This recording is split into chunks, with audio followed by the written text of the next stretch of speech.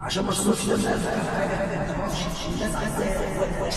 اسمع يا ابن ابني، قبل ما تبيع الدهب اللي في البيت وتفتح مشروع، في حاجه اسمها الام في بي، ولا زي ما انا بسميها اول عينه تجس النبض. يعني ايه؟ يعني بدل ما تعمل منتج فخم وتركب له جناحات وتبيع عشانه اللي وراك واللي قدامك، اعمل نسخه صغيره بسيطه، ممكن تكون ارخص حاجه بس تكفي انك تعرضها للناس وتشوف هتعجبهم ولا لا. دي بقى يا واد لازم تبدا بيها عشان ما تصرفش دم قلبك على حاجه ما تعرفش الناس عايزاها ولا لا، وعشان تاخد راي السوق بدري وتعدل قبل ما تغرق. طب والام في بي هيقول لي ايه بقى يا عم رائد؟ تعالى بقى يا واد اما اقول لك، هيقول لك في طلب ولا لا، طب المنتج محتاج تعديل ولا لا، هتعرف تكمل ولا تقف. زي لما اعمل لك فنجان قهوه صغير اجس بيه نبضك كده، هشوف انا بعرف اعمل قهوه ولا خليني في كبتي. لو عجبتك اعمل لك كارت القهوه يا ولا، مش خساره فيه. انما لو وش القهوه مش على مزاجك يمكن ما تحبش تشربها، او ابقى وفرت البن والمجهود. فهمت يا ابني؟ ابدا صغير وجرب واسمع وعدل. وصلت اللي يعجب السوق عفارم عليك، دلوقتي تقدر تكبر. اللي بيجري من اولها ساعات بيتكعبل قبل ما يوصل. يا واد اسمع من عمك رائد، زمانك لسه ما نضجتش يا واد، بس لما تنضج هتفهم الكلام اللي بقوله لك ده وتبدا تفكر بعقليه رائد الاعمال. ايوه زي عمك رائد كده.